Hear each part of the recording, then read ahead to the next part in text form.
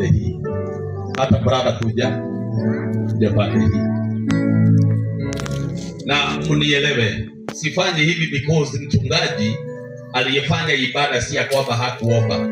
Tumekuja kwa ajili ya upendo wa apostle. Amekuwa ni msaidizi wetu, tumekuwa tukihubiri na yeye, na sisi tunataka kumuombea na kuombea familia yao amani. Na pia kwenye hii injili kuna mtu ameitwa kwenye kuponya, kuna mtu mwingine ameitwa, kazi ni tofauti, lakini roho ni yule mmoja. Sasa ni maombi yetu tunapiga ya Wellness Celebration Center Dubeli, ndio tunakwenda kuombea boma hii, kuwaombea kwa jina la Yesu. Elekeza mikono yako kwao, nena neno la baraka kwa ajili ya maisha yao.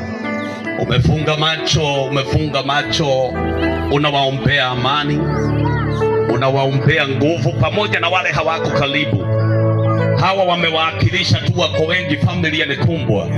Endelea kuwaombea, sikusikii.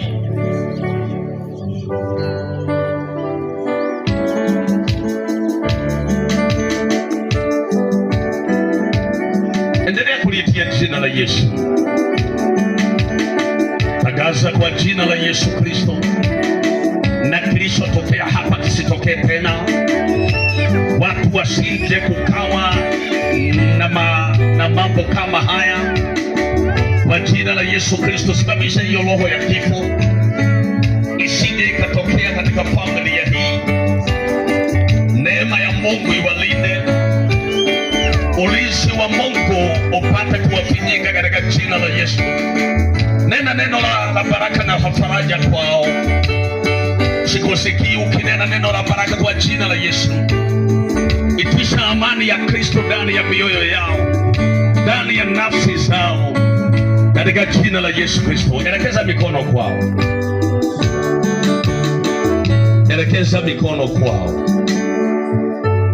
Nataka tuombe. Elekeza mikono kwao. Baba yetu, katika jina la Yesu Kristo, mwana wa Mungu aliye hai, asante kwa ajili ya familia hii. Hakuna jambo linatendeka likiwa ni siri kwako wewe Mungu. Mambo yote inajulikana kwako hata kabla haijatendeka. Kilichotendeka kwao, walifanya kile wangelifanya kwa ajili ya mama yao. Hakulaumu chochote ya kazi iliyofanyika, kwa sababu ni wewe uliwezesha yote itendeke mpaka kazi hiyo ya kupumzisha mama ikaisha.